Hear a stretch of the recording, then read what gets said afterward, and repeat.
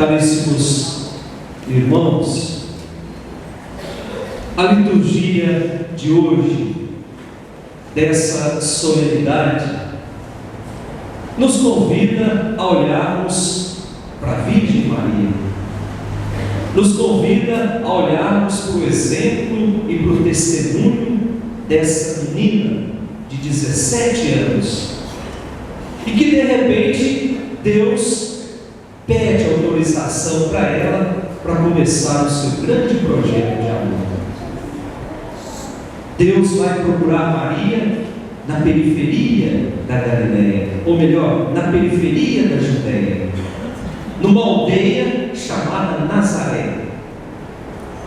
E encontrando Maria, Deus se inclina sobre Maria para pedir que ela lhe dê autorização de ele usar o seu ventre para gestar ali dentro o Salvador da humanidade. Portanto, hoje nós somos convidados a olhar para o exemplo dessa menina que, apesar da idade, se coloca diante do projeto de Deus totalmente disponível. Eis aqui a serva, eis aqui a escrava, faça-se na minha vida a vontade de Deus. Apesar da idade, uma resposta madura, mesmo sem compreender muito, dizia a Deus, mesmo estando sujeita a ser apedrejada, porque era considerada adúltera a mulher que gerasse um filho sem uma participação do homem. Mesmo diante de tudo isso, Maria diz sim ao projeto de Deus, porque confia em Deus. Portanto, hoje somos convidados a olhar para essa mulher como a grande intercessora do seu povo. Primeira leitura, livro de Esther, nos relata a rainha Esther fazendo uma intervenção junto ao rei, fazendo uma intervenção em favor do seu povo, ou melhor, em favor do povo judeu, ou seja, o povo ao qual ela pertencia. Versículo 7 da nossa primeira leitura. A segunda leitura que nos foi proposta, o livro do Apocalipse de São João, a mesma leitura que nós lemos na festa da Assunção da Virgem Maria. O livro do Apocalipse, nós já sabemos, foi escrito num ambiente de perseguição, grande perseguição que se abatia sobre a igreja jovem, a igreja ainda frágil, ano 80 da nossa era, a maior de todas as perseguições desencadeada por Diocleciano, que devastou a igreja católica, e muitas outras perseguições que depois as pessoas que eram perseguidores começaram a observar que cristão, quanto mais se matava, mais se multiplicava. Nós temos o exemplo do padroeiro da nossa cidade, São Paulo. São Paulo tinha um mandato na mão que lhe dava plenos poderes para acabar com qualquer cristão. E São Paulo, de repente, fica sabendo que havia uma comunidade em Damasco, chamada comunidade cristã, e ele precisava ir até Damasco para acabar com essa comunidade, porque isso ameaçava os interesses da religião oficial. Isso ameaçava os planos de poder do governo da época, porque era uma comunidade que experimentava a vivência do amor no seu dia a dia. Uma comunidade que partilhava tudo, que partilhava as alegrias, que partilhava as dores. Então Paulo, ele tem esse desejo de acabar com essa comunidade, porque isso ameaçava a religião dele. E indo para Damasco, nós sabemos a história.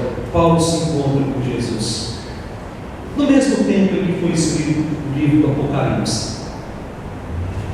Portanto, o livro do Apocalipse foi escrito nesse ambiente de perseguição, em que o autor, o evangelista São João, ele usa de algumas imagens para designar determinados grupos Quando ele fala do dragão, ele está dizendo daqueles que perseguem a igreja. Quando ele fala da mulher, ele está dizendo da igreja. E essa mulher estava grávida, diz a segunda leitura. Ou seja, a igreja estava grávida de uma nova humanidade. A igreja estava gestando aquela humanidade que seria a humanidade do amor. Então, o perseguidor, o dragão, ele precisa acabar com essa igreja. E diz a leitura que ele se coloca diante dessa mulher grávida que estava para dar à luz, com o intuito de devorar a criança. Perseguição foi isso, gente. Devorar aqueles que eram nascidos pelo batismo, aqueles que compunham essa nova humanidade. Mas o dragão não tem poder. O poder de Deus é muito maior. E diz a segunda leitura que a mulher vai para o deserto e lá ela consegue dar à luz. O poder de Deus está em ação para defender o seu povo, para defender aqueles que são fiéis. Portanto, podemos olhar para Maria, essa mulher que protege a humanidade. E a igreja exerce a sua missão de mãe, a sua missão de mestra. Foi ela quem gerou o Salvador do mundo. Foi Maria que presenciou a vitória de Cristo sobre o mal. Maria presenciou a ressurreição de Cristo. É por isso que a igreja e a Virgem Maria estão intimamente ligados. Pois hoje é a igreja que tem essa missão de levar Cristo aos confins da terra, de levar Cristo a toda a humanidade, de apresentar Cristo como sendo o Salvador, aquele que vai nos proporcionar uma vida nova, o Rei das nossas vidas, o Rei da nossa comunidade, o Rei das nossas famílias, o Rei do universo. Portanto, Maria, aquela que trouxe Jesus até nós, e a igreja é aquela que leva Jesus aos confins de toda a terra. Por isso a igreja está muito ligada à Virgem Maria. E dizer que Maria foi uma mulher qualquer no projeto de Deus é ignorância. O papel de Maria foi fundamental. Foi graças a Maria que hoje nós podemos encontrar Jesus. Foi ela que disse sim pela primeira vez. Foi ela que abriu para nós as portas da eternidade. Foi ela que nos trouxe o Salvador de toda a humanidade. Por isso, pedir a intercessão de Maria é pedir a intercessão daquela mulher que Deus amou primeiro. O nosso evangelho de hoje, o evangelista João, nos dá uma festa bonita. E diz o evangelho que houve uma festa de casamento, convidaram Jesus, convidaram os discípulos de Jesus e convidaram a mãe de Jesus. Portanto, uma festa de casamento. Estava começando uma família. E é dentro de uma família que Deus realiza o seu primeiro milagre. Para dizer que família é fonte de milagre. Quando a gente permite que Deus entre na nossa família, quando a gente permite que Deus opere na nossa família, os milagres vão acontecendo. Olha que exemplo bonito esse evangelho de hoje. Maria, nossa mãe, a mãe da misericórdia, cuja ternura abraça todo o coração. Da mesma forma que naquela festa ela foi até Jesus dizer que eles não tinham mais vinho, dizer que não tinham mais alegria. Hoje nós pedimos que Maria leve ao seu filho aquilo que falta na nossa vida.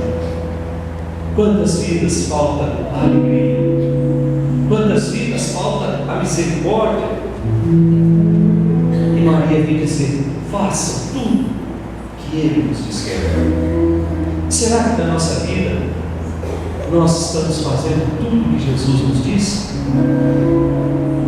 Quais foram as vezes que Jesus nos pediu para amar? E muitas vezes a gente ama.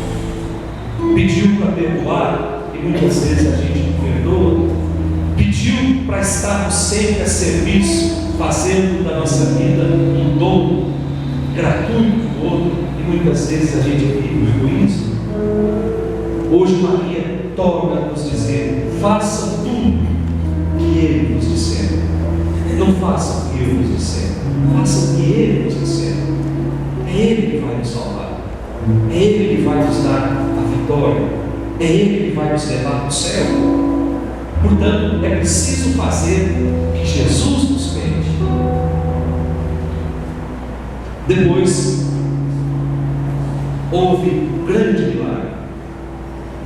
Aquelas jarras cheias de água se transformaram em vinho, o melhor vinho que se podia servir, mas se transformaram pela intercessão da mãe.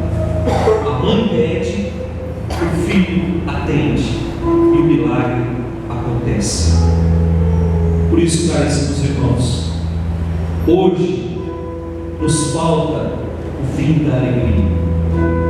Hoje nos falta o vinho da justiça, nos falta o vinho da paz, nos falta o vinho da solidariedade. Peçamos que Maria peça a Jesus que encha os nossos jarros vazios, muitos deles vazios pelas preocupações do mundo, e que esses jarros cheios se transformem naquilo que a gente pode oferecer de melhor para os outros. Louvado seja nosso Senhor Jesus Cristo.